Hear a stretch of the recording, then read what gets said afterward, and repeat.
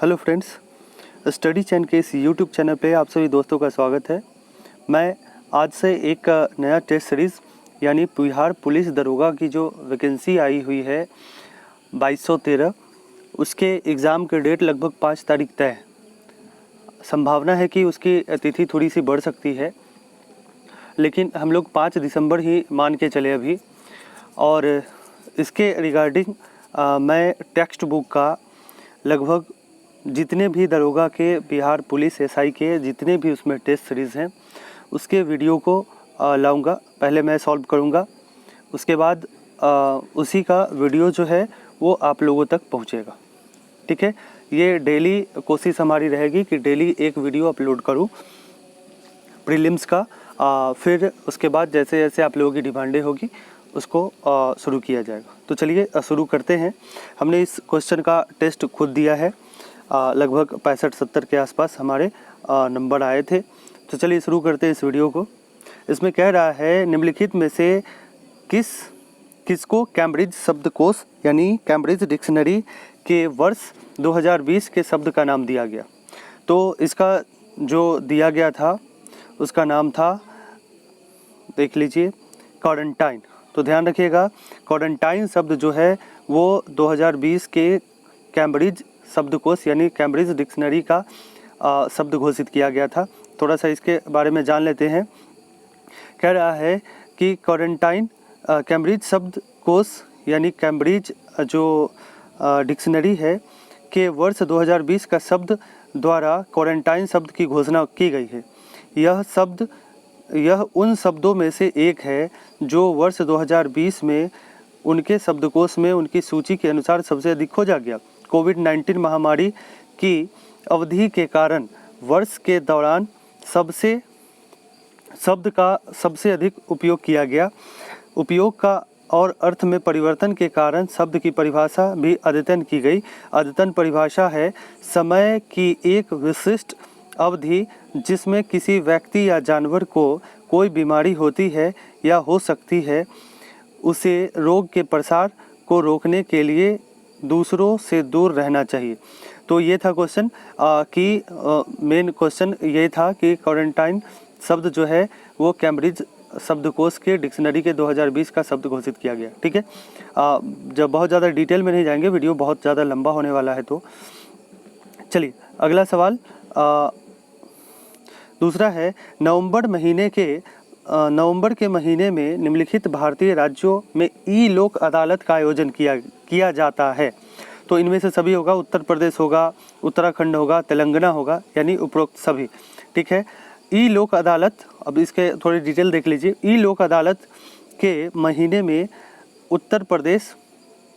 नवंबर के महीने में उत्तर प्रदेश, उत्तराखंड और तेलंगाना में आयोजित किया जाता है। इससे पहले जून से 27 अक्टूबर तक 15 राज्यों में ई अदालतों का आयोजन किया गया है, जिसमें इस समयावधि में 2.51 लाख मामलों का निपटारा किया गया। महामारी के कारण अशांति की अवधि, तो बहुत सारे इसमें डिटेल हैं जितनी आवश्यकता नहीं है।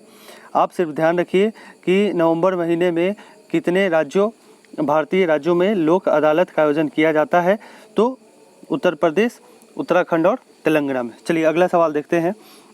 अगला सवाल, नवंबर 2020 में मालदीव और किन देशों के बीच, यानी डैश दिया हुआ है, डैश देशों के बीच आर्थिक व सामाजिक विकास योजना से संबंधित एक समझौते पर हस्ताक्षर किए गए थे। तो अगर आपको जवाब है तो आप कमेंट बॉक्स में कर सकते हैं।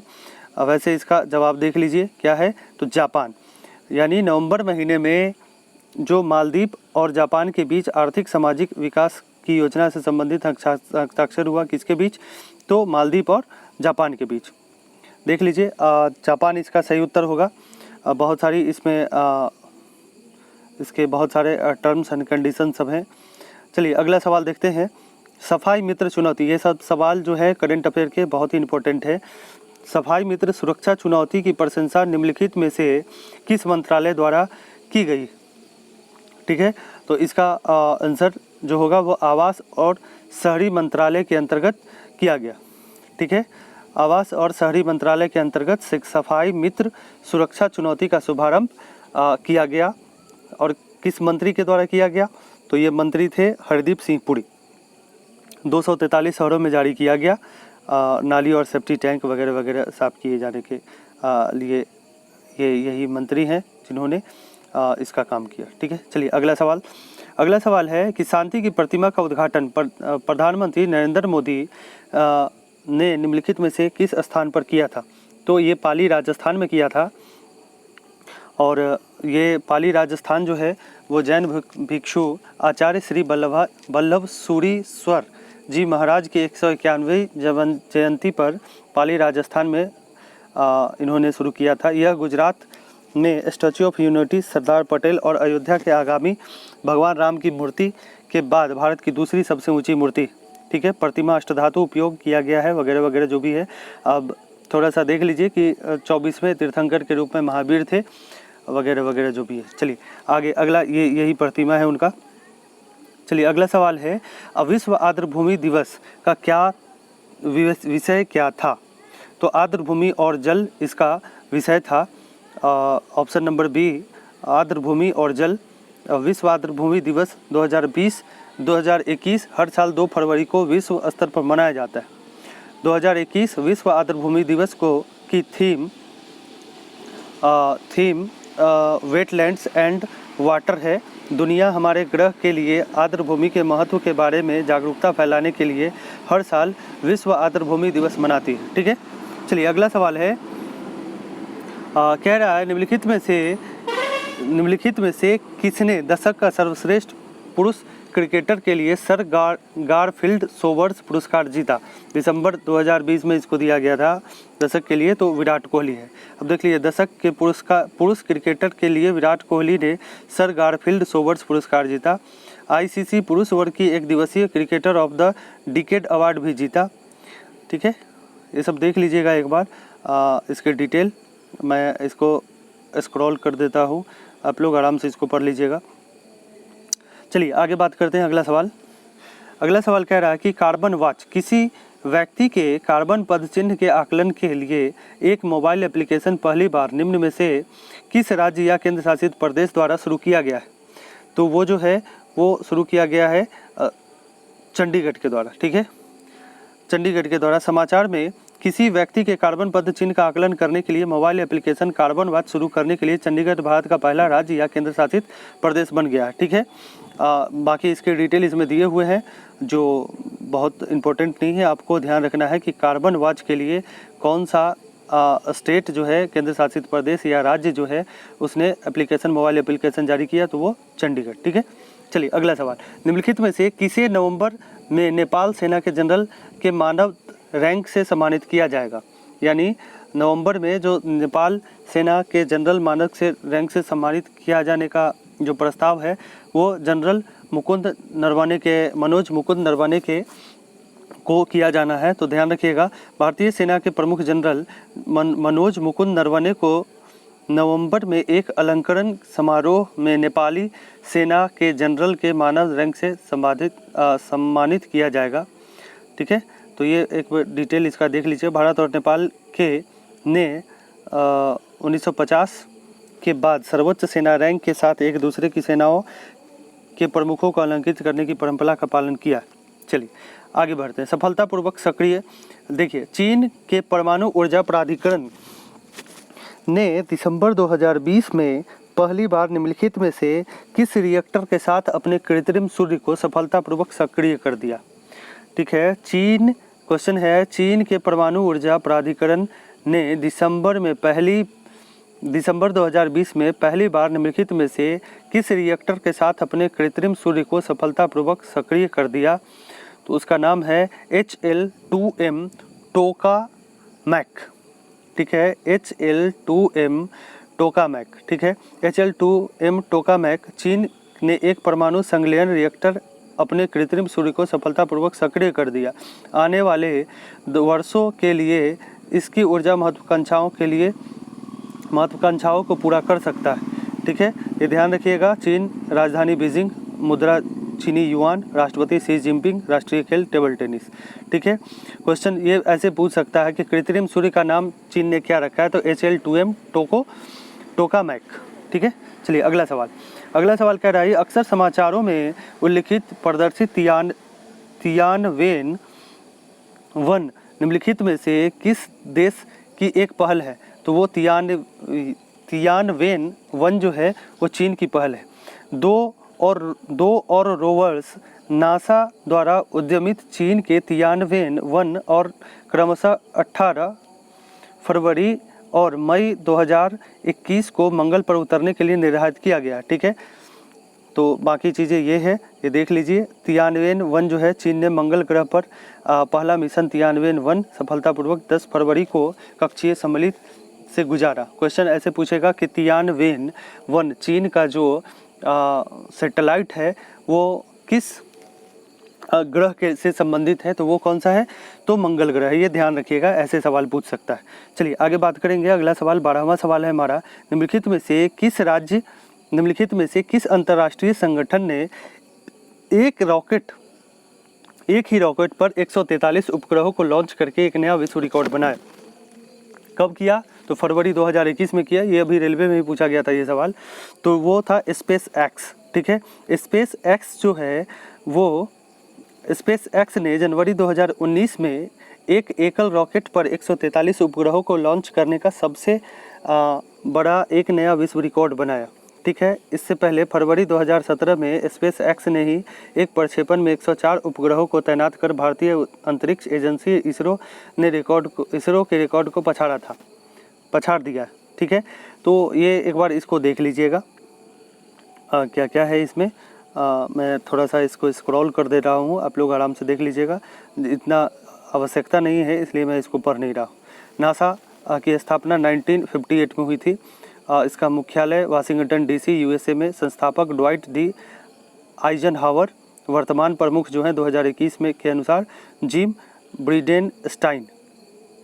ठीक है, चाइना का जो है चाइना नेशनल स्पेस एडमिनिस्ट्रेशन 1993 में स्थापित किया गया। मुख्यालय बीजिंग चीन।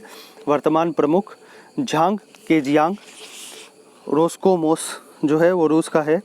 मॉस्को रूस में स्थापित हुआ 1992 में। पहले रूसीय संघ के अंतर्गत अंतरिक्ष एजेंसी के रूप में जाना जाता था। वर्तमान प्रमुख दिमित्री रोगोजिन है।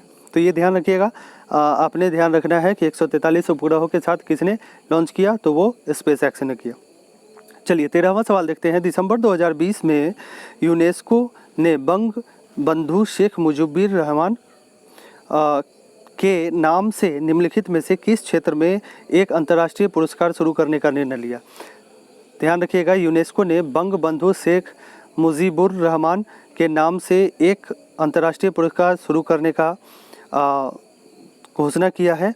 और वो क्या है? तो रचनात्मक अर्थव्यवस्था। ऑप्शन नंबर सी, रचनात्मक अर्थव्यवस्था के लिए इसने बंग बंधु शेख मुजीबुर रहमान अंतर्राष्ट्रीय पुरस्कार देने की घोषणा की है। इसमें क्या क्या होगा? तो इसमें $50,000 पुरस्कार के रूप में हर 2 वर्षों पे एक बार दिया जाएगा। ठीक है, नवंबर 2021 में यूनेस्को की 41वीं आम बैठक के दौरान यह पुरस्कार पहली बार दिया जाएगा। ठीक है, यूनेस्को ने 2021 में सतत विकास के लिए रचनात्मक अर्थव्यवस्था का अंतर्राष्ट्रीय वर्ष घोषित किया। वर्तमान में अंतर्राष्ट्रीय हस्तियों और संगठनों के नाम पर 23 यूनेस्को अंतर्राष्ट्रीय पुरस्कार हैं। ठीक है, तो ये ध्यान रखिएगा, छोटे मोटे टॉपिक हैं, लेकिन आप ये ध्यान रखिएगा कि बंग बंधु शेख मुजीबुर रहमान के नाम पे रचनात्मक अर्थव्यवस्था के लिए अंतर्राष्ट्रीय पुरस्कार शुरू करने की घोषणा यूनेस्को के द्वारा दिसंबर 2020 में की गई। चलिए अगला सवाल देखते हैं। 14वां सवाल है 2021 से प्रत्येक वर्ष 23 जनवरी को किसकी जयंती के उपलक्ष्य में पराक्रम दिवस मनाया जाएगा? तो सुभाष चंद्र बोस के जन्म दिवस पे पराक्रम दिवस 23 जनवरी को मनाया जाएगा। नेताजी सुभाष चंद्र बोस की जयंती के उपलक्ष्य में 23 जनवरी 2021 को पराक्रम दिवस के रूप में मनाया जाएगा। नेताजी की अदम्य बाकी चीज़ें इसमें देख लीजिए। सुभाष चंद्र बोस उन्होंने 1920 में भारतीय सिविल सेवा इंग्लैंड में परीक्षा उत्तीर्ण की थी। बाद में उन्होंने 23 अप्रैल 1921 को अपनी सिविल सेवा की नौकरी से इस्तीफा दे दिया था, वगैरह वगैरह बहुत सारे डिटेल हैं इनके। इन्होंने 2 नारे दिए थे, दिल्ली चलो जय हिंद। इनकी आत्मकथा जो है यानी ऑटोबायोग्राफी जो है वो द इंडियन स्ट्रगल है। ठीक है, बाकी चीज़ें इसमें है, आप देख लीजिएगा। चलिए आगे बात करेंगे। अगला सवाल है दिसंबर 2020 में केंद्रीय मंत्री नितिन गडकरी ने निम्नलिखित में से किस राज्य में 3 लेन 1.5 किलोमीटर लंबे कोइलवर पुल का उद्घाटन किया। तो कोइलवर जैसे ही आएगा तो कोइलवर बिहार में चर्चित रहता है क्योंकि यहाँ से बालू आता है। तो बिहार में ऐसे पुल का उद्घाटन किया, तो इसका आंसर होगा बिहार। केंद्रीय मंत्री नितिन गडकरी ने वीडियो कॉन्फ्रेंसिंग के माध्यम से बिहार में सोन नदी पर 3 लेन 1.5 किलोमीटर लंबे कोइलवर पुल का उद्घाटन किया।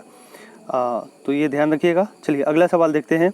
अगला सवाल कह रहा है कि नवंबर 2020 में भारत के केंद्र शासित प्रदेश जम्मू कश्मीर के पहले व्यक्ति कौन बने जिन्होंने प्रतिष्ठित द्रोणाचार्य पुरस्कार प्राप्त किया। प्रतिष्ठित द्रोणाचार्य पुरस्कार प्राप्त करने वाले जम्मू कश्मीर के पहले व्यक्ति कौन थे? तो देखते हैं, कुलदीप हांडू। ठीक है, ये जो है वो कुलदीप हांडू हैं और राष्ट्रीय वुशु टीम के कोच कुलदीप हांडू भारत के केंद्र शासित प्रदेश जम्मू कश्मीर के पहले व्यक्ति हैं जिन्हें प्रतिष्ठित द्रोणाचार्य पुरस्कार मिला। ठीक है, बाकी ध्यान रखिएगा। द्रोणाचार्य पुरस्कार प्राप्त करने वाले लोगों की सूची: धर्मेंद्र तिवारी तीरंदाजी, पुरुषोत्तम राय एथलेटिक्स, शिव सिंह मुक्केबाजी, Romesh Pathania hockey, Krishna Kumar Hooda kabaddi, Vijay Bhalchandra Munishwar para powerlifting, Naresh Kumar tennis, Om Prakash Dahiya कुश्ती। तो ये ध्यान रखिएगा। ऐसे भी पूछ देगा कि धर्मेंद्र तिवारी जिन्हें हाल ही में द्रोणाचार्य पुरस्कार दिया गया है वो किस खेल से के कोच हैं या फिर किस खेल से संबंधित है, तो वो तीरंदाजी से है। तो इस टाइप से भी आपको ध्यान रखने होंगे। तो अभी आपको ध्यान रखना है कि ये क्वेश्चन है कि जम्मू कश्मीर के पहले कौन व्यक्ति हैं जिन्हें प्रतिष्ठित द्रोणाचार्य पुरस्कार प्राप्त हुआ, तो वो कुलदीप हांडू है। चलिए अगला सवाल देखते हैं। अगला सवाल कह रहा है कि निम्नलिखित में से कौन सा बैंक ने जनवरी 2021 में चेक के लिए पॉजिटिव पे सिस्टम प्रस्तावित किया? तो वो है RBI। जनवरी 2021 में चेक के लिए पॉजिटिव पे सिस्टम प्रस्तावित किया, तो RBI ने इसको प्रस्तावित किया। RBI द्वारा सितंबर 2020 में शुरू किए गए चेक के लिए पॉजिटिव पे सिस्टम जनवरी 2021 से लागू हो गया, वगैरह वगैरह इसके डिटेल दिए हुए हैं। संदीप बख्शी जिन्होंने ICICI बैंक के नए प्रबंधक निदेशक और CEO के रूप में चंदा कोचर का स्थान लिया जनवरी 2021 में। ठीक है, वगैरह। अभी RBI के जो 25वें गवर्नर के रूप में शक्तिकांत दास हैं जनवरी 2021 से। RBI में 4 डिप्टी गवर्नर होते हैं। M राजेश्वर राव हाल ही में, T रवि शंकरी, MK जैन और MD पात्रा, ऐसे 4 लोग हैं। तो ध्यान रखिएगा। अभी वर्तमान में शक्तिकांत दास RBI के गवर्नर है। RBI की स्थापना 1935 में हुई थी। चलिए आगे अगला सवाल है, भारतीय नौसेना इंडियन नेवी 4 से 5 दिसंबर 2020 को पूर्वी हिंद महासागर के क्षेत्र IOR में किस देश के संघ नौसेना के साथ एक मार्ग अभ्यास कर रही है? तो वो रूस के साथ कर रही है। नौसेना का जब भी बात आएगा और पूर्वी हिंद महासागर क्षेत्र का बात आएगा तो रूस उसमें हो सकता है, तो ये ध्यान रखिएगा। वैसे भी थोड़ा सा IQ लगा के आप देख सकते हैं उसको। चलिए इसमें ध्यान रखिएगा। रूस की राजधानी जो है वो मास्को है, मुद्रा रूसी रूबल है, राष्ट्रपति व्लादिमीर पुतिन है, प्रधानमंत्री मिखाइल मिशुस्टिन है। ठीक है, चलिए अगला सवाल देखते हैं। अगला सवाल कह रहा है कि निम्नलिखित में से कौन से बैंक के प्रकार है? फुटकर बैंक, निवेश बैंक, वाणिज्यिक बैंक। तो इसके जो बैंक के बैंक के जो प्रकार हैं वो है उपरोक्त सभी, यानी ये जो है ये उपरोक्त सभी, ये देख लीजिए आंसर इसका, देखिए उपरोक्त सभी यानी फुटकर बैंक, निवेश बैंक, वाणिज्यिक बैंक, ये सभी जो है वो क्या है? बैंक के प्रकार है। ठीक है, चलिए खुदरा बैंक, वाणिज्यिक बैंक या कॉर्पोरेट बैंक, निवेश बैंक, ये सारे बैंक के क्या है? बैंक के एक प्रकार है। चलिए अगला सवाल है, किसके शासनकाल में प्रसिद्ध ग्रीक राजदूत मेगास्थनीज भारत आ गया था? तो चंद्रगुप्त मौर्य के शासनकाल में आया था। ठीक है, ऑप्शन नंबर डी होगा इसका। चंद्रगुप्त मौर्य के शासनकाल में आया था। मेगास्थनीज भारत की 2 प्रमुख नदियां सिंधु और गंगा का भी वर्णन करता है। मेगास्थनीज की पुस्तक जो है वो इंडिका है। मेगास्थनीज सेल्यूकस निकेटर का राजदूत था। तो मोटे तौर पर इन चीज़ों को ध्यान रखिए। मेगास्थनीज ने मौर्य राजधानी पाटलिपुत्र का दौरा किया, वगैरह वगैरह इसमें लिखा हुआ है। मेगास्थनीज के बाद भारत आने वाले अन्य यूनानी यात्री थे बिंदुसार के एक राजदूत के रूप में डाइमेकस आया था और अशोक के राजदूत के रूप में डायोनीसियस आया था। तो ये सब भी आपको थोड़े से ध्यान रखने होंगे। कभी कभी विदेशी यात्री के वृत्तांत के बारे में पूछ देता है, तो आपको ध्यान रखने होंगे। चलिए अगला सवाल देखते हैं।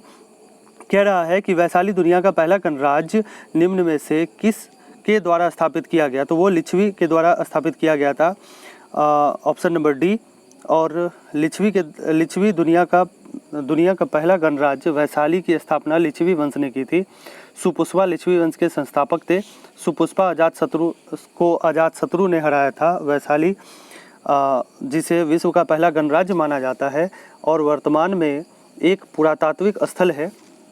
यह भारत के बिहार राज्य में वैशाली जिले में इसी नाम से स्थित है। वैशाली का नाम राजा वैशाली के नाम से लिया गया था, जिसे वीरतापूर्ण जैन और बौद्ध ग्रंथों में वैशाली का उल्लेख मिलता है।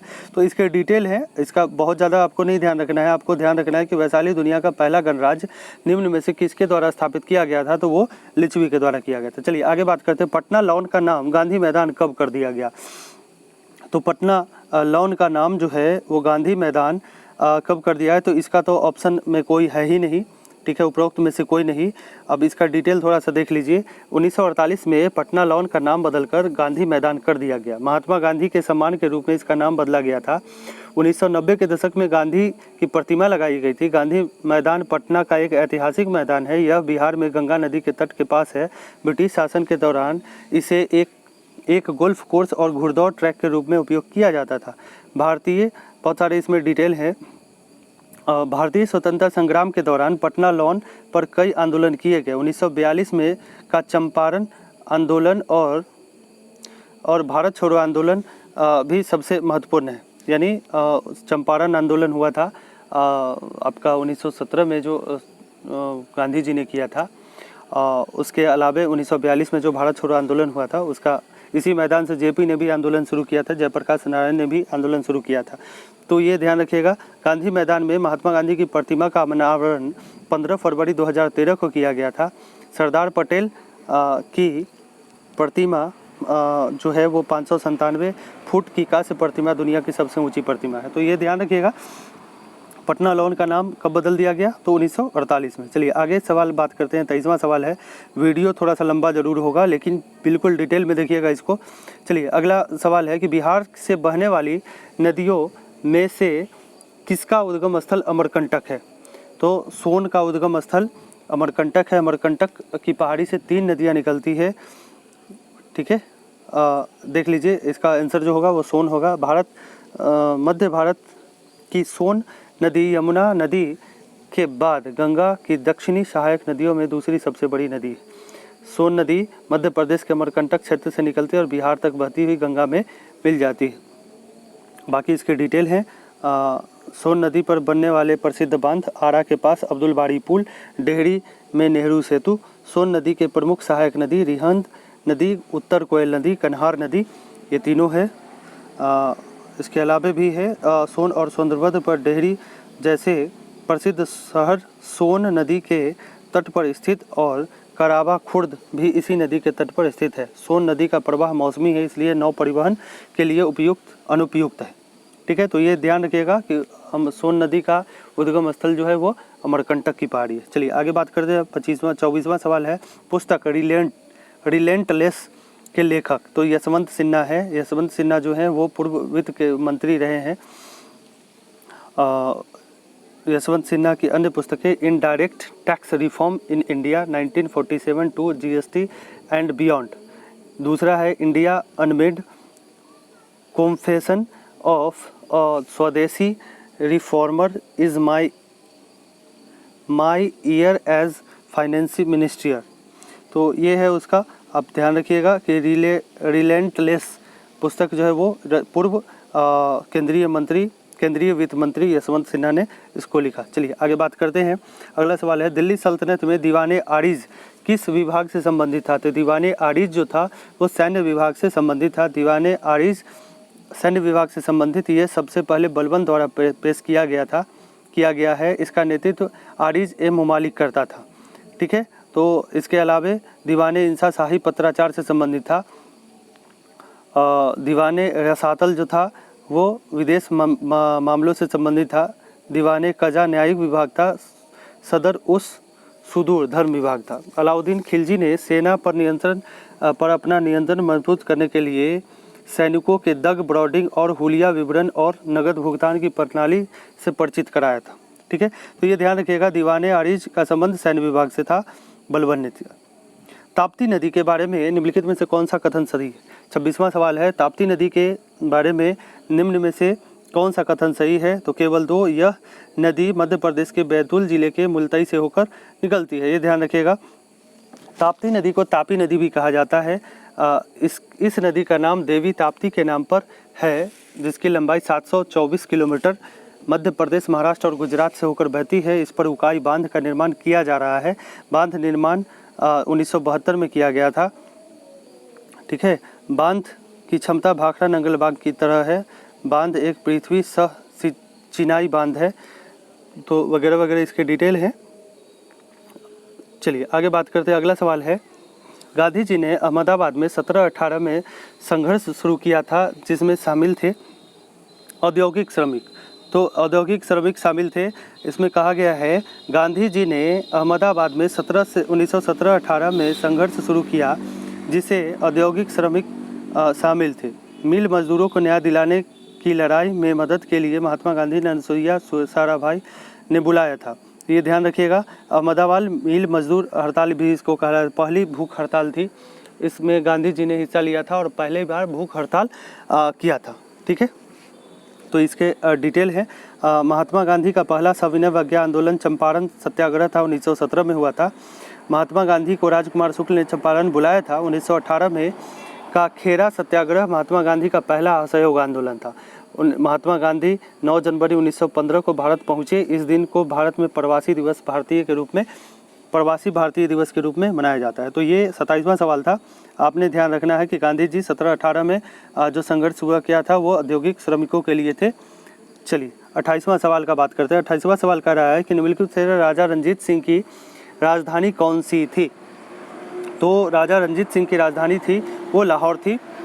और दूसरी राजधानी थी, पहले देख लीजिए, राजा रणजीत सिंह की राजधानी लाहौर थी, जिसे पंजाब का शेर कहा जाता था। 13 नवंबर 1780 को गुंजरवाला में इनका जन्म हुआ था। वह पंजाब में सिख शासन के संस्थापक थे। जुलाई 1799 में उन्होंने लाहौर पर कब्जा कर लिया और इसे पंजाब की राजधानी बनाया।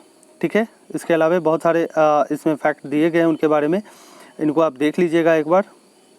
ठीक है, चलिए आगे बात करते हैं 28वां के बाद 29वें सवाल की।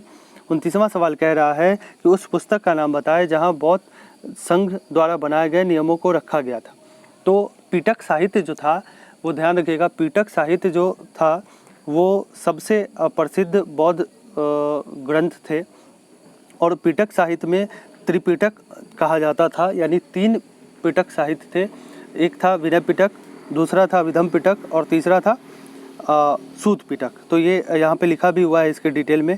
उत्तर होगा इसका विनय पिटक। बौद्ध संघ द्वारा बनाए गए नियमों को विनय पिटक में रखा गया। त्रिपिटक या 3 बास्केट की एक पारंपरिक शब्द है जिसका इस्तेमाल विभिन्न बौद्ध ग्रंथों, धर्म ग्रंथों के लिए किया जाता है। 3 पिटक, सूत पिटक, विनय पिटक और अविधम पिटक।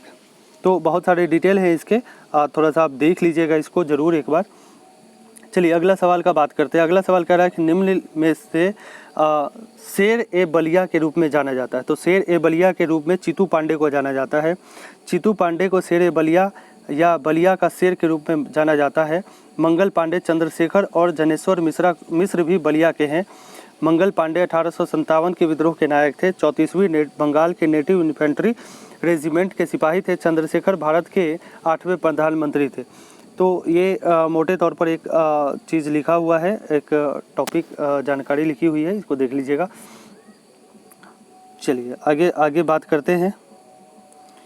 31वां सवाल है। 31वां सवाल कह रहा है कि वह तारीख थी जब 1857 का विद्रोह शुरू हुआ था। तो वो 10 मई 1857 को वो शुरू हुई था। Option number B. भारतीय इतिहास में 1857 के विद्रोह की घटना एक महत्वपूर्ण मील का पत्थर थी। इसे स्वतंत्रता के पहले युद्ध के रूप में भी जाना जाता है। विद्रोह का कारण आर्थिक कारण था, सामाजिक राजनीतिक कारण था, धार्मिक कारण था, तात्कालिक कारण था, बहुत सारे कारण थे। इसमें इम्पोर्टेंट फैक्ट जो है वो यहाँ पे लिखा हुआ है एडिशनल इन्फॉर्मेशन में कि विद्रोह का नेता ब्रिटिश प्रतिरोध। तो दिल्ली से कौन था? तो दिल्ली से बहादुर शाह जफर और ब्रिटिश जो थे जिन्होंने उस समय के विद्रोह को, दिल्ली के विद्रोह को दबाया था, उनका नाम था जॉन निकोलसन। कानपुर से नाना साहब थे और कॉलिन कैंपबेल जो थे उन्होंने इस विद्रोह को दबाया था, कानपुर के विद्रोह को। लखनऊ से बेगम हजरत महल, हेनरी लॉरेंस वहाँ से ब्रिटिश प्रतिनिधि थे जिन्होंने लखनऊ के विद्रोह को रोका था 1857 की क्रांति में। झांसी से जो थे विद्रोह के नेता वो रानी लक्ष्मीबाई, और ब्रिटिश प्रतिरोध देते वो ह्यूरोज उसका नाम था। बिहार से कुंवर सिंह थे, फैजाबाद से मौलवी अहमदुल्ला थे। तो ये ध्यान रखिएगा, यहाँ से एक सवाल ज़रूर फंसते हैं, तो अगले आप एक बार इसको ज़रूर याद कर लीजिएगा। चलिए आगे अगला सवाल देखते हैं। 32वां सवाल कह रहा है कि कालानुक्रम के अनुसार निम्नलिखित मुगल बादशाहों को व्यवस्थित कीजिए। तो कालानुक्रम के अनुसार अगर बात करें तो BDAC यानी यहाँ पे देख लीजिए, बी यानी मोहम्मद शाह, दूसरा जो होगा डी में है अहमद शाह, ए में है आलमगीर द्वितीय और सी में है आलमगीर द्वितीय, शाह आलम द्वितीय। तो ये इसके पॉइंट हैं, एक बार देख लीजिएगा ज़रूर, ठीक है। इसको स्क्रॉल कर दिया हमने। चलिए 33वां सवाल देखते हैं। सर चार्ल्स वुड, तो चार्ल्स वुड का जैसे ही नाम आएगा तो वो शिक्षा से संबंधित होगा, एकदम ध्यान रखिएगा, कहीं इसमें कुछ नहीं सोचना है। तो इतिहास में मील का पत्थर था, तो शिक्षा के क्षेत्र में चार्ल्स वुड 1854 में आया था, ये भी ध्यान रखिएगा। 1857 में कोलकाता विश्वविद्यालय बम्बई और मद्रास जैसे नए संस्थान की स्थापना हुई। 1882 में पंजाब विश्वविद्यालय की स्थापना हुई। तो ये अब 1854 वुड डिस्पैच जैसे ही आएगा वो अंग्रेजी शिक्षा से संबंधित था, शिक्षा विभाग से संबंधित था। चलिए 34वां सवाल, हिंद स्वराज किसके द्वारा लिखा गया? तो हिंद स्वराज पुस्तक जो है वो महात्मा गांधी के द्वारा लिखा गया। महात्मा गांधी भारत राष्ट्र के जनक के रूप में भी जाना जाता है। 1893 में कानून के प्रैक्टिस के लिए दक्षिण अफ्रीका गए थे। 9 जनवरी 1915 को भारत लौटे थे। 1917 में चंपारण आंदोलन किया। 1909 में हिंद स्वराज में महात्मा गांधी द्वारा लिखा गया था। 1909 में हरिजन सेवक संघ की स्थापना 1932 में की महात्मा गांधी ने। 30 जनवरी 1948 को उनकी हत्या कर दी गई।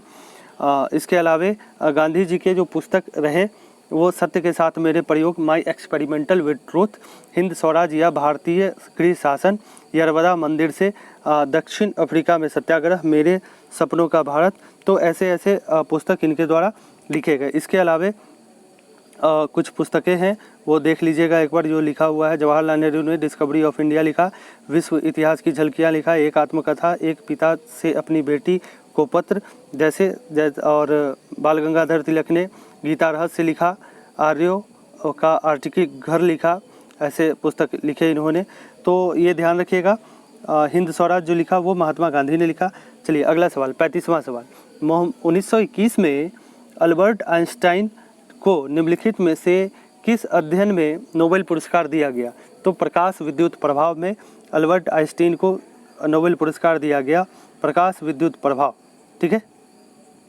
चलिए अगला सवाल कह रहा है कि निम्नलिखित में से कौन सा राज्य भारत में पेट्रोलियम जो कच्चा पेट्रोलियम होता है का अग्रणी उत्पादक है? तो वो क्या है?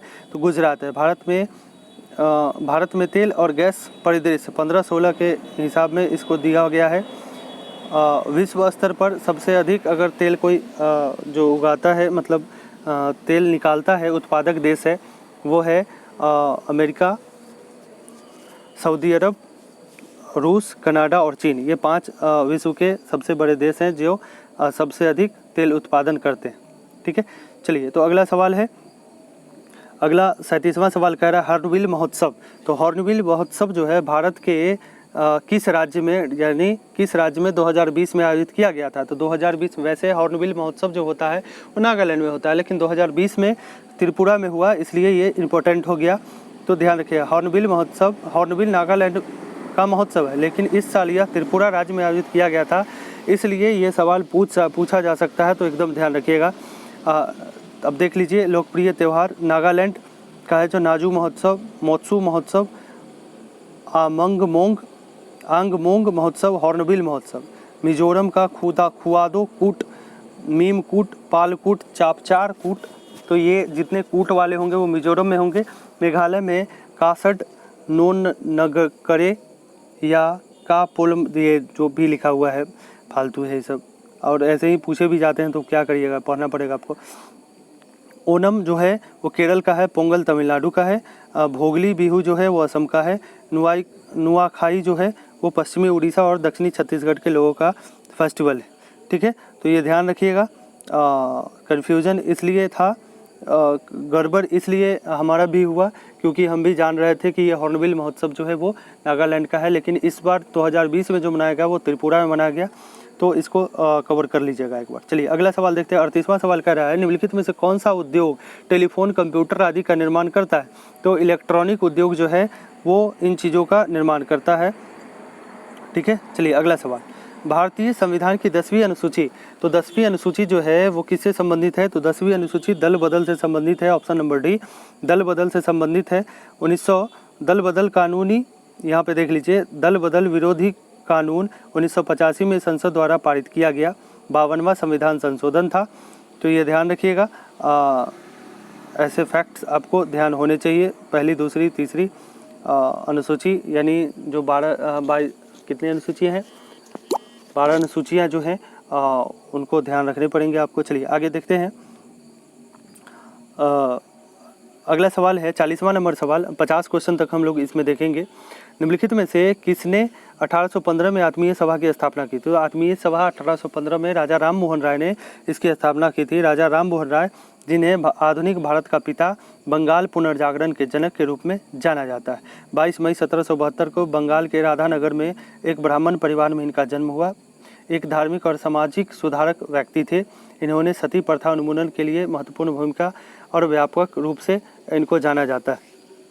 दिल्ली के मुगल सम्राट अकबर द्वितीय ने राजा राम मोहन राय को राजा की उपाधि दी थी। यह एक विद्वान थे और संस्कृत, फारसी, हिंदी, बंगाली, अंग्रेजी और अरबी सभी भाषाओं को जानते थे। 1814 में उन्होंने मूर्ति पूजा, जातिगत कठोरता, निरर्थकता अनुष्ठान और अन्य सामाजिक बीमारियों के खिलाफ अभियान के लिए कलकत्ता में आत्मीय सभा की स्थापना की। इसके लिए विकल्प 3 सही है, यानी तीसरा नंबर जो है वो इसका सही विकल्प होगा। 1815 में इन्होंने क्या किया था? तो आत्मीय सभा की स्थापना की थी। 1828 में ब्रह्म समाज का गठन किया, बाद में ब्रह्मा समाज बन गया था। ठीक है, चलिए अगला सवाल। अगला सवाल कह रहा है कि नटराज की कांस्य मूर्ति कला किस अवधि के दौरान बनाई गई थी? तो ये चोल काल की सबसे विशिष्ट जो मूर्ति कला की जो मूर्ति जो प्राप्त हुई वो वही नटराज की कांस्य की प्रतिमा प्राप्त हुई। तो इसका आंसर चोल काल होगा। देख लीजिए, तंजावुर के गंगई कोट चोलपुरम के बड़े मंदिर चोल काल दौरान बनाए गए। ठीक है, नटराज की कांस्य मूर्ति चोल काल में बनाई गई है, वगैरह वगैरह जो भी है। तो ये एक बार इसको देख लीजिएगा। वैसे एक ही सवाल इसमें पूछता है और वो यही सवाल है कि नटराज की जो मूर्ति है वो किससे संबंधित है? तो वो संबंधित है, अभी हमको 40 नंबर क्वेश्चन पे चलना है। ये भाग चुका है, अभी 17 पे आगे, एक सेकंड। तो आपने ध्यान क्या रखना है कि नटराज की मूर्ति जो है वो किस काल की है? तो वो जो काल है वो है चोल काल। ठीक है, चलिए चोल काल हो गया। उसके बाद अगले सवाल पे आते हैं। 42वें नंबर सवाल पे, भारतीय राष्ट्रीय कांग्रेस का लाहौर सत्र क्यों महत्वपूर्ण है? तो लाहौर सत्र इसलिए महत्वपूर्ण है क्योंकि इसने पूर्ण स्वराज की मांग के प्रस्ताव को पारित किया था। देख लीजिए, भारतीय राष्ट्रीय कांग्रेस का लाहौर सत्र दिसंबर 1929 में आयोजित किया गया था। जवाहरलाल नेहरू लाहौर सत्र के दौरान कांग्रेस के अध्यक्ष थे और लाहौर सत्र में पूर्ण स्वराज या पूर्ण स्वतंत्रता की घोषणा करते हुए एक प्रस्ताव पारित किया गया था। नया अपनाया गया तिरंगा झंडा 31 दिसंबर 1929 को फहराया गया था। जवाहरलाल नेहरू ने रावी नदी के किनारे तिरंगा झंडा फहराया था। भारतीय राष्ट्रीय कांग्रेस ने 26 जनवरी 1930 के लाहौर अधिवेशन के दौरान पूर्ण स्वराज दिवस के रूप में मनाने का निर्णय लिया। बाद में इस दिन 26 जनवरी को भारत के गणतंत्र दिवस के रूप में चुना गया। तो ये था, आपको ध्यान रखना है कि लाहौर सत्र क्यों हुआ, महत्वपूर्ण है, तो पूर्ण स्वराज की मांग को प्रस्तावित किया गया था। चलिए 43वां नंबर सवाल कह रहा है, निम्नलिखित में से कौन सा आसपास से ध्वनि एकत्र करता है? तो वो जो करता है वो कौन करता है? तो कर्णपाली करता है। कान सुनने की इंद्रिय अंग है। कान मानव के शरीर के संतुलन को बनाए रखता है। ये बिल्कुल महत्वपूर्ण है। कान जो है वो मानव के शरीर के संतुलन को बनाए रखता है। कान के 3 भाग, बाहरी कान, मध्य कान और भीतरी कान है। इसकी जो हड्डियां होती है वो मैलियस टॉम्पैनिक झिल्ली होती है। ये ध्यान रखिएगा, ये कान का पूरा है तंत्र है, तो आप ध्यान रखिए। कान की हड्डी ही स्टेपिस जिसको बोला जाता है वो वही शरीर की सबसे छोटी हड्डी होती है। ठीक है, चलिए अगला सवाल देखते हैं। अगला सवाल कह रहा है बांदीपुर राष्ट्रीय उद्यान किस राज्य में है? तो बांदीपुर कर्नाटक में है। ये ध्यान रखिएगा, बांदीपुर जो है वो कर्नाटक में है। स्थापना 1974 में हुई थी। यह नीलगिरी जीवमंडल का हिस्सा है। 1819 में इसे के लिए रिजर्व में बाघों की आबादी का अनुमान के अनुसार बांदीपुर राष्ट्रीय रिजर्व में 127 बाघों के साथ बाघों की तीसरी सबसे बड़ी आबादी। ठीक है, यह 3 राष्ट्रीय उद्यानों जैसे नागरहोल राष्ट्रीय उद्यान, वायनाड राष्ट्रीय उद्यान और मुदुमलाई राष्ट्रीय उद्यान के साथ अपनी सीमा को साझा करता है। कर्नाटक की अन्य महत्वपूर्ण राष्ट्रीय उद्यान में अंसी राष्ट्रीय उद्यान, बन्नेरघट्टा राष्ट्रीय उद्यान, कुद्रेमुख राष्ट्रीय उद्यान, नागरहोल राष्ट्रीय उद्यान है। चलिए अगला सवाल ये आप देख लीजिए कि कौन कौन से राज्य में कौन कौन से हैं। सिमलीपाल जो है, भितरकनिका जो है वो उड़ीसा में है। छत्तीसगढ़ में इंद्रावती, घासीदास, कांगेर घाटी राष्ट्रीय उद्यान, ये छत्तीसगढ़ में है। तमिलनाडु में मुदुमलाई, गिंडी, इंदिरा गांधी, मन्नार। तो ऐसे जो हैं वो आपको ध्यान रखने होंगे। एक आध सवाल यहाँ से होते ही हैं। 45वां नंबर सवाल कर रहा है तेल और वसा युक्त भोजन जब अधिक समय तक रखा जाता है तो डैश की क्रिया के कारण इसके स्वाद और गंध में बदलाव होने लगते हैं।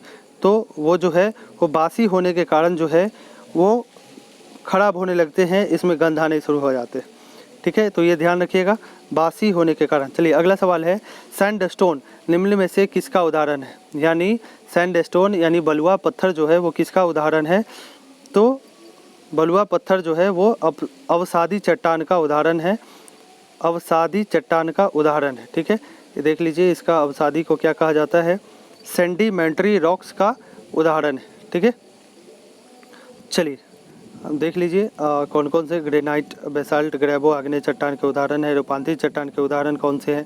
तो ये सारे डिटेल यहाँ पे दिए हुए हैं। अगला सवाल है 45वां नंबर सवाल कर रहा है भारत के कृषि क्षेत्र में किस प्रकार की बेरोजगारी है जहां आवश्यकता से अधिक लोगों को नियोजित किया जाता है? तो वो जो है वो प्रच्छन्न बेरोजगारी उसको कहते हैं। प्रच्छन्न बेरोजगारी भारत के कृषि क्षेत्र में प्रच्छन्न बेरोजगारी के रूप में अधिक लोग कार्यरत होते हैं और बेरोजगारी के रूप में जाना जाता है। ठीक है, तो ऐसे ही चीज़ें हैं। प्रच्छन्न बेरोजगारी उसको कहते हैं जिसमें लगे हुए होते हैं लेकिन पैसा नहीं आता है वगैरह वगैरह, ये थी। तो कृषि कार्य में प्रच्छन्न बेरोजगारी होती है। ठीक है, चलिए आगे अगला सवाल कह रहा है बीबी का मकबरा जो कि ताजमहल की प्रतिकृति है वो कहाँ स्थित है? तो बीबी का मकबरा औरंगाबाद महाराष्ट्र में है। औरंगाबाद महाराष्ट्र में है। बीबी का मकबरा मुगल काल के दौरान बनाया गया एक मकबरा है। यह औरंगाबाद महाराष्ट्र में स्थित है। बीबी का मकबरा 1660 में छठे मुगल सम्राट औरंगजेब द्वारा बनवाया गया था। औरंगजेब ने अपनी पत्नी दिलरास बानो बेगम की याद में बीबी का मकबरा बनवाया। ताजमहल के सदृश होने के कारण बीबी के मकबरा को दक्कन के ताज के रूप में भी जाना जाता है। चंदरनगर पश्चिम बंगाल का एक शहर है। अहमदाबाद भारतीय राज्य गुजरात की पूर्व राजधानी थी। कटक ओडिशा का एक शहर है। ठीक है, तो बीबी का मकबरा कहाँ है? तो औरंगाबाद में है। औरंगजेब ने इसको बनवाया था। अगला सवाल भारत सरकार द्वारा न्यायाधीश राजेंद्र सच्चर समिति की स्थापना। तो सच्चर समिति जैसे ही आएगा वो मुस्लिमों से संबंधित होगा, मुस्लिम समुदाय की सामाजिक और आर्थिक जांच से संबंधित होगा। ये 2005 में समिति का गठन किया गया। 21 अप्रैल 2005 को समिति की पहली बैठक हुई। राजेंद्र सच्चर के नेतृत्व में दिल्ली उच्च न्यायालय के पूर्व मुख्य न्यायाधीश राजेंद्र सच्चर इस समिति का नेतृत्व कर रहे थे, इसलिए इसको सच्चर समिति कहा गया। 2006 में इसने अपनी रिपोर्ट प्रस्तुत की। ठीक है, चलिए अगला सवाल 50वां सवाल कह रहा है कि टुंड्रा प्रकार की वनस्पति के बारे में निम्नलिखित में से कौन सा कथन सत्य नहीं है। तो यहाँ पे जो है वो कौन सी, तो समशीतोष्ण क्षेत्र में पाई जाती है, तो ये इसका हिस्सा जो है वो गलत है। ठीक है, क्योंकि टुंड्रा प्रदेश में ठंडे पौधे पाए जाएंगे, ठंडी प्रकृति के पौधे पाए जाएंगे। तो ये हमारा 50वां सवाल था। एक क्वेश्चन और देखते हैं, उसके बाद आज इस टॉपिक को आज रोकेंगे, फिर मिलेंगे इसी टॉपिक के 52वें सवाल से। मलेरिया और कालाजार निम्नलिखित में से किसके कारण होता है। तो मलेरिया और कालाजार जो होता है वो प्रोटोजोआ के कारण होता है। प्रोटोजोआ एक कोशिकीय वन सेलुलर जीव के समूह के कारण होता है। मलेरिया के कारण प्लाज्मोडियम प्रोटोजोआ है। एनाफिलीज मच्छर के काटने से, मादा एनाफिलीज मच्छर के काटने से यह फैलता है। ठीक है, कालाजार जो है वो प्रोटोजोआ लिस्मैनिया डोनावानी के कारण होता है। इसको संक्रमित करने वाले, फैलाने वाले जो होते हैं वो सैंड फ्लाई के कारण होता है। तो यहाँ पे एक डिटेल दिया हुआ है कि विषाणु के कारण कौन कौन से रोग होते हैं। तो विषाणु के कारण इन्फ्लुएंजा, एड्स, डेंगू बुखार, चेचक, चिकन पॉक्स, मम्स। जीवाणु के कारण प्लेग, हैजा, डिप्थीरिया, सिफिलिस, टेटनस, टाइफाइड और कवक के कारण दाद, स्कैबीज, एथलीट फुट कैंडिडियासिस। तो ऐसे बीमारियां होती है। तो एक सवाल बीमारी से होते हैं बिहार दरोगा के एग्ज़ाम में। तो यहाँ तक आज इस पहले टॉपिक में हमने 51 क्वेश्चन देखा है, फिर इसका सेकंड पार्ट लाऊंगा। अगर ये वीडियो अच्छी लगती है तो लाइक करें, दोस्तों में शेयर करें। मिलते हैं अगले वीडियो में। चैनल को ज़रूर सब्सक्राइब करें। लगभग 50 ऐसे टॉपिक्स आएंगे, 50 सेट कम से कम आएगा। तो मिलते हैं फिर अगले वीडियो में। इसी 52 से शुरू करेंगे, इसी के 52 क्वेश्चन से। चलिए, ओके, तब तक के लिए गुड डे, टेक केयर।